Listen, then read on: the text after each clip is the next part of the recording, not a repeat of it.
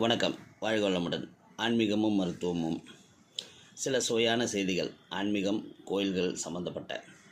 அப்படி இன்றைக்கி நம்ம பார்க்க போகிறது, ஒரு ஆலயத்தில் அம்மனுக்கு தக்காளி பழச்சாறு அபிஷேகம் நடக்கிறது. அது எங்கே, எப்போன்னு பார்க்கலாம்.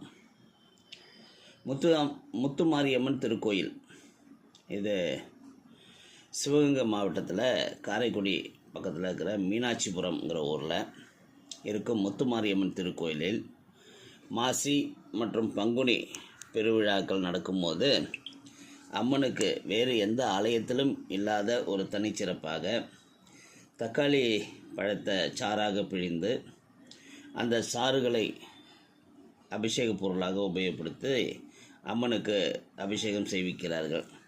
இது முத்துமாரியம்மன் திருக்கோயில், மீனாட்சிபுரம், காரைக்குடியில் மட்டும் நடக்கும் ஒரு சிறப்பான நிகழ்வு.